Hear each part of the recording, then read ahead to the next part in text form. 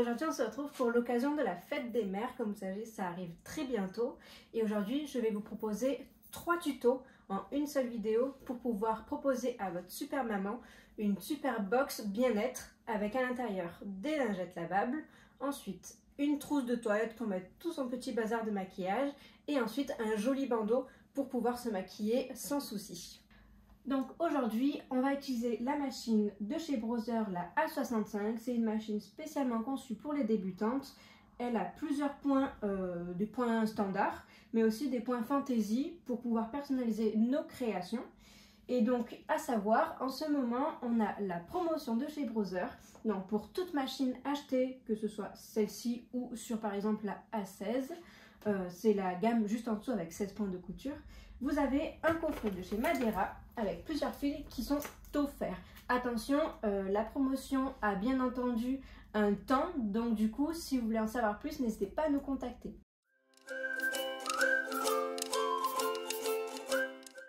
Donc pour faire les lingettes, moi je vais me servir des chutes de tissu pour pas gaspiller. Mais vous pouvez faire sur n'importe quel tissu, donc il vous faudra un tissu coton comme ça. Et ensuite, hop, du bambou pour pouvoir avoir quelque chose d'assez agréable. Donc, hop, on va commencer par la coupe. Donc, il faut prévoir un carré de 12 par 12 cm, une fois dans le coton et une fois en bambou pour pouvoir faire une seule lingette. Donc, c'est parti. Moi, je vais faire, je pense, 7 lingettes à peu près pour en avoir une au moins par jour. Après, selon si vous avez beaucoup de tissu ou pas, je vous conseille de faire un peu plus. Voilà, ça dépend vraiment de votre utilisation. Le premier peut vous servir de patron. C'est-à-dire qu'une fois que le premier est coupé, vous pouvez juste le reporter et l'épingler sur le reste de votre tissu sans pour autant à chaque fois tracer votre carré, etc. Parce que forcément, à un moment donné, ça prend beaucoup de temps. Maintenant que je me retrouve avec tous mes petits carrés, on va passer par l'assemblage. Donc, je prends un morceau comme ça, sur l'endroit. Je vais prendre, pareil, mon morceau de bambou sur l'endroit. Donc, l'endroit, c'est le côté le plus doux et un peu plus douillet. Et je vais mettre endroit contre endroit. Donc, ici, contre cette face-là. Hop. Et je vais pouvoir épingler. Donc, on peut mettre soit des épingles, soit des pinces. C'est comme vous souhaitez. Donc, j'en mets une à peu près de chaque côté. Sauf dans le bas, où on va laisser un trou pour pouvoir ensuite la retourner. Donc, pour pas me tromper, et quand je suis lancée dans la couture, je peux oublier ce trou. J'en mets 2 et je sais que entre les 2 épingles, je ne vais pas coudre. Donc, je vais commencer ici et hop, je vais faire le tour et quand je vais arriver là, je vais m'arrêter. Je vérifie au niveau des points que tout soit bien installé. Donc là, je suis sur le point droit, je couds à gauche. Comme ça, au moins, je sais que je mets le bord de mon tissu contre le bord de mon pied pour pouvoir coudre à 1 cm. Hop, je vérifie ma vitesse et quand je suis prête, j'y vais. Alors maintenant que j'ai fait tous mes assemblages de carrés, la seule chose qui me manque à faire là, ça va être de dégarnir. Donc, je prends celle-ci, hop. Et là, je vais venir enlever à peu près la moitié de la valeur de couture. Ça permet aussi de mettre tout à zéro, que tout soit bien régulier. Hop. Donc, je fais ça sur tout le tour, même celui où il y a le trou. Voilà. Et quand je vais arriver aux angles, je vais ce qu'on appelle... Hop, cranter les angles. Donc ici par exemple j'ai mon angle, ce que je dois faire en fait c'est venir couper à ras de mon point. Il ne faut pas couper la couture sinon ça va faire un trou, mais il faut être au plus proche. Ça va en fait éviter d'avoir des surépaisseurs par-dessus d'autres épaisseurs et que ça fasse de gros boudins, que ce soit pas joli. Maintenant que j'ai dégarni toutes mes lingettes, on va les retourner. Ensuite il faut bien sortir les angles pour vraiment avoir un joli carré. Donc, pour ça, alors je peux déjà commencer avec mes doigts en poussant l'angle vers l'extérieur. Mais après, si je vois que ça coince un peu, je peux utiliser par exemple soit la pointe d'un ciseau, un stylo ou carrément une pince. Hop. Et je vais venir en fait pousser encore un peu plus l'angle. La dernière étape, ça va être de faire une turpiqûre tout le tour. attention, si vous voulez mettre par exemple un ruban, parce que je sais qu'il y en a qui aiment bien l'attacher ou autre, c'est maintenant qu'il faut le mettre. Donc en fait, il faut juste prendre un morceau de ruban, à peu près, vous prenez 10 cm que vous pliez en deux. Vous allez venir l'insérer à l'intérieur et grâce à la surpiqûre qu'on va faire, vous allez le maintenir. Et voilà ce que ça donne. On obtient de jolies lingettes personnalisées avec des chutes de tissu bien douces, tout pour plaire à votre super maman ou même pour vous.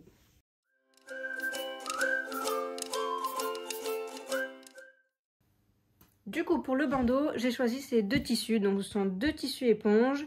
On peut prendre deux tissus ou sinon un seul et les couper en deux fois. Donc, pour ça, il nous faut couper deux rectangles de 70 par 10 cm. Voilà, donc du coup, j'obtiens mes deux bandes. Maintenant, pour avoir quelque chose de plus harmonieux, ce qu'on va faire, c'est arrondir les angles sur les deux bandes, que ce soit sur ce côté-là, hop, comme sur celui-ci. Donc pour ça, soit vous prenez un verre ou tout ce qui passe sous le coude et vous tracez directement en rond. Sinon, ce qu'on fait, c'est qu'on va tracer, hop, un trait à 3 cm de chaque côté. Voilà. Et tout pareil en haut.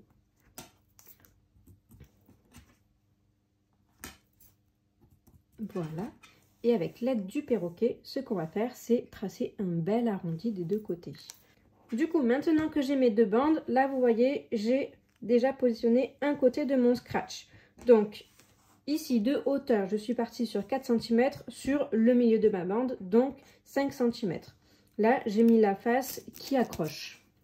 Donc ça, c'est bon. Comme du coup, hop, ça va se positionner comme ça. C'est sur la face rouge, donc sur l'autre morceau, que je vais du coup trouver exactement le même repère.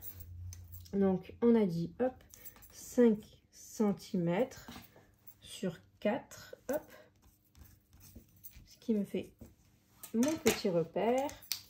Et maintenant que c'est bon, je vais venir sur une seule épaisseur, positionner du coup l'autre morceau, donc là c'est le côté doux. Et quand c'est bon, eh ben, je vais passer à la machine et faire un tour comme ça. Bien entendu, on coud avec les deux bandes séparées. Hein. Ça d'un côté et ça de l'autre côté. Une fois que mes deux morceaux sont cousus, on va faire exactement le même principe que pour les lingettes. Je mets endroit contre endroit, comme ici. Hop, et on va venir épingler tout le long.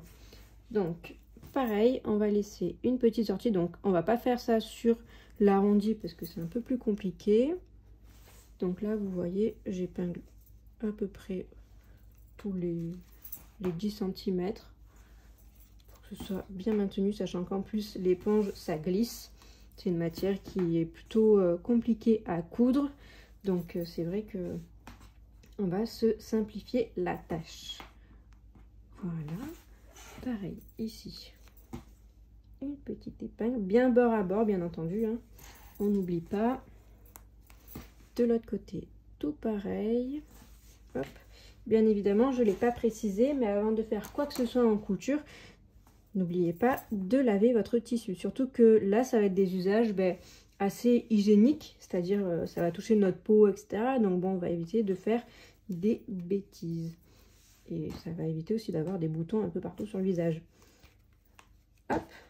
Et quand c'est bon, je vais aller coudre. Et pareil, entre deux épingles, je ne vais pas coudre. Donc là, on peut se dire, je commence ici, je fais le long et après, je reviens ici. Je me retrouve donc avec ma bande de cousu. Donc là, rebelote, exactement la même chose. Je vais me mettre ici et je vais venir dégarnir tout le long.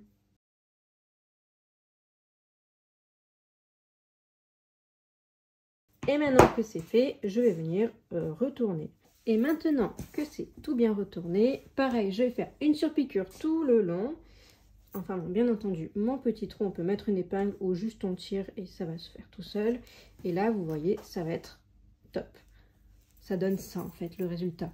Bon, après, on peut personnaliser, on peut faire une petite broderie, on peut utiliser des points fantaisie. Enfin, vraiment, c'est à la carte après. Hein.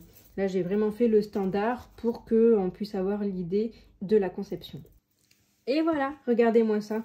Un tuto super simple à faire. Bon, bien entendu, j'ai passé un petit coup de repassage pour enlever les petites traces. Et voilà.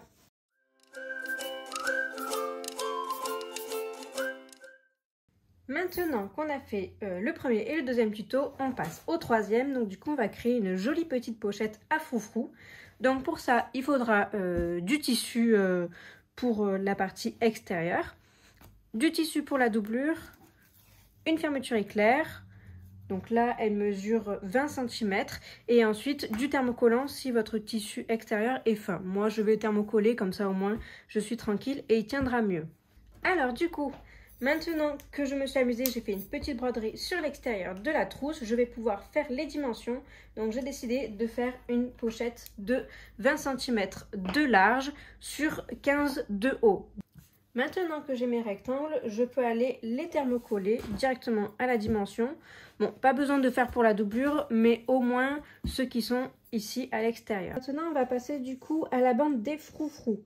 Donc pour ça, j'ai utilisé moi plusieurs chutes de tissu, 8 cm de large sur 83 cm de long. Donc si comme moi vous avez des petites chutes de tissu, on peut les assembler bien entendu pour avoir la plus grande bande possible. Donc maintenant que j'ai assemblé mes deux bandes, hop, comme on peut le voir juste ici, j'ai ouvert mes coutures et en même temps, en étant au fer, j'en ai profité pour plier ma bande en deux, comme ici vous voyez, bien bord à bord. Maintenant que ça c'est fait, qu'on obtient notre longue bande, ce qu'on va faire, c'est on va faire directement les finitions de chaque côté. Donc là, c'est tout bête, hop, on se met sur l'envers, sur l'endroit et on retourne. Comme ça. Et là, on va faire juste une petite piqûre ici à 1 cm du bord. Et pareil de l'autre côté. Maintenant que c'est fait, hop, je vais retourner comme ça, refaire ressortir mon angle. Donc là, s'il faut cranter, on peut aussi cranter. Hein. Hop. On va mettre un petit coup de fer et une fois que c'est fait, on va faire ce qu'on appelle un fil de fronce. Le but étant de faire des froufrous, on va froncer cette bande en fait sur tout le long. Donc soit vous trichez, vous utilisez un pied presseur spécialement utilisé pour faire des fronces, ou sinon si vous n'en avez pas, on va faire la méthode ancienne, c'est-à-dire on va coudre deux coutures ici parallèles, une à 5 mm du bord et une autre à 1 cm du bord, avec le plus grand point possible que votre machine puisse faire. Et bien entendu, il faut garder de la longueur de fil ici, mais également de l'autre côté. Et une fois que c'est fait, on va se retrouver pour faire nos jolies fronces. Maintenant qu'on a fait nos deux surpiqûres bien parallèles, à 5 et à 1 cm, ce qu'on doit faire maintenant, c'est séparer les fils comme j'ai fait ici. Là, j'ai mis deux couleurs différentes pour qu'on puisse bien les regarder.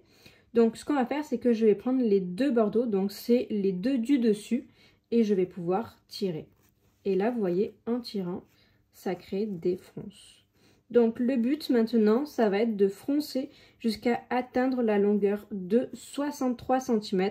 Celle, en fait, qui fait le tour de notre pochette. Pour plus de facilité aussi, quand on va passer à la couture, sachant que les deux angles, ici, ça va être en haut, évitez de mettre trop de fronces de ce côté-là. On laisse un peu plat.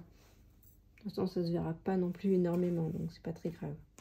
Et quand j'ai ma longueur finale, ce qu'on va faire maintenant, c'est qu'on va faire une piqûre entre les deux coutures qu'on a fait précédemment avec une longueur de point standard, donc à peu près 2,4, c'est bien. Et on va faire ça avec un point rayé au début et à la fin. Une fois que c'est fait, on obtient la jolie bande à froufrou. Donc là, vous voyez, moi, mon fil, ça partait un peu dans tous les sens sur mon tissu. Donc du coup, ce que j'ai fait, c'est déjà insurger plus du coup la surpiqûre pour pouvoir bien maintenir et éviter que les petits fils partent dans tous les sens et que ça me gêne par la suite. Donc maintenant qu'on a ça, on va trouver le milieu de la bande. Donc je plie en deux tout simplement. Hop. On va venir mettre un petit repère. Et je vais faire pareil ici. Donc je me mets comme ça. Hop. Bien bord à bord. Et un petit repère. Voilà. Donc je fais ça. Et je vais faire pareil du coup sur l'autre face. Donc celle-ci. Prochaine étape, ça va être de mettre la fermeture éclair. Alors je ne sais pas du tout si vous en avez déjà posé ou pas. Mais là, vous voyez, ma fermeture éclair est trop petite par rapport à mon carré. C'est normal parce que du coup, on va y inclure des propretés de chaque côté. Alors les propretés, vous allez voir, c'est très bête à poser. Il suffit simplement d'avoir 2 chutes de tissu qui traînent. Là, vous voyez par exemple, hop, je vais prendre ça, c'est une chute qui traîne. Vous pouvez prendre le même tissu ou carrément un tissu doublure pour pouvoir démarquer un peu la propreté. Moi, je vais rester sur ça. Et ce qu'on va faire, c'est que, sans calcul ni rien, on ne va pas s'embêter, hein, on va couper directement 4 rectangles. Donc, hop. Vous faites ça un peu au pifomètre, hein. Voilà. Pareil ici. Et ensuite, hop, je vais recouper. Et pareil là. Maintenant que j'ai fait ici, hop, ce que je vais faire, c'est que ça, je vais mettre de côté. Je vais garder ici. Et là, je vais plier en fait un côté de mon carré. Donc, le côté largeur, ici, hop, à 1 cm. Donc là, je peux aller au faire s'il faut.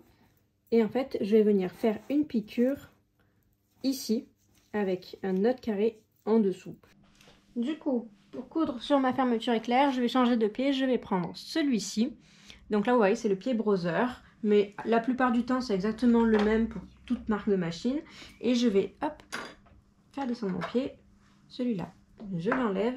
Et là, en fait, vous voyez, vous pouvez le mettre soit à droite, soit à gauche. Donc là, ça dépend en fait du côté qu'on va coudre par rapport aux dents de la fermeture éclair. Donc là, vous voyez, hop, petite simulation. Si je rapproche ma fermeture éclair, là, vous voyez que je vais coudre ici. Donc du coup, je vais mettre mon pied ce côté-là, donc du côté gauche. Une fois que j'ai cousu mes propretés de chaque côté, ce que je vais faire maintenant, c'est de couper ici à la même largeur que la fermeture éclair.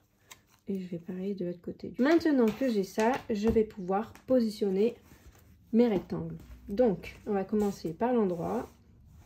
Donc, ici, en fait, je vais répartir mes 2 propretés de façon égale ici. Donc là, vous voyez, c'est à peu près ça. Si vous voulez, on peut mesurer. Et une fois que j'ai positionné, ce qu'on va faire, c'est que je vais retourner ma fermeture éclair endroit contre endroit, hop, comme ici. Donc, je me place comme il faut, bien bord à bord. Et là, je mets quelques épingles pour tout bien maintenir ensemble. Voilà. En même temps, on va coudre la doublure. Donc, je prends un rectangle, doublure, et je vais le positionner par-dessus. Et une fois que c'est bon, je vais faire une couture tout le long. Maintenant que j'ai fait un côté, hop, vous voyez, je viens de faire ma piqûre ici. Je retourne. Et maintenant, avant de faire l'autre côté, je vais faire une surpiqûre bien propre ici, tout le long, comme ça. Donc, maintenant qu'on a fait tout ça, je prends ma bande et je vais l'épingler. Donc, pour être sûr qu'il n'y ait pas d'erreur, je vais mettre mon repère ici du milieu contre le repère ici du milieu de ma bande. Donc, hop, je mets et après là, je vais répartir et épingler pareil des 2 côtés. Maintenant que j'ai tout bien placé ici, vous voyez, j'ai arrondi de chaque côté mon extérieur. Donc, ce que je vais faire, c'est que je vais répartir exactement, hop, ici, mon arrondi sur notre doublure. Après, pour ce qui est de ce côté-là, c'est pas très grave parce que du coup, on va mettre devant comme ceci, par-dessus, et je vais pouvoir suivre directement mon côté ici qui est sur le dessus. Et une fois que c'est bon, je vais coudre tout le long en laissant bien entendu ici une ouverture. Vous pouvez laisser à peu près 7 cm de chaque côté dans la doublure. Quand c'est tout bon, je vais venir, comme sur les précédents projets, tout dégarnir. Et une fois que c'est bon, je retourne. C'est pour ça que c'est super important de laisser la fermeture éclair ouverte. Sinon, on est un peu coincé. Et voilà, une fois qu'on a tout bien retourné, ça donne ça. Maintenant, on va juste fermer la doublure. Donc pour ça, on va faire une petite piqûre ici. 1 mm du bord. Et ce sera tout bon. Et voilà pour ce petit tuto, enfin ces 3 petits tutos, pardon. Donc on obtient une jolie petite trousse pour ranger ces jolies petites lingettes ou même tout ce qui est maquillage, soins, beauté, tout ça. Et pareil pour le bandeau, hop, je mets, je ferme et ça fait un super cadeau pour votre maman personnalisé et fait maison en plus et avec le cœur. Donc voilà, j'espère que ça vous a plu. En tout cas, n'hésitez pas, si vous avez des questions ou quoi, en commentaire, vous pouvez tout laisser. Et ensuite, j'espère aussi que ça vous a fait plaisir de découvrir cette machine, la Brother A65. N'hésitez pas à nous contacter si elle vous plaît, sachant que, comme je l'ai dit au tout début de la vidéo, on a bien entendu une promotion en ce moment avec des films Madeira offerts. Donc voilà, n'hésitez pas et à bientôt!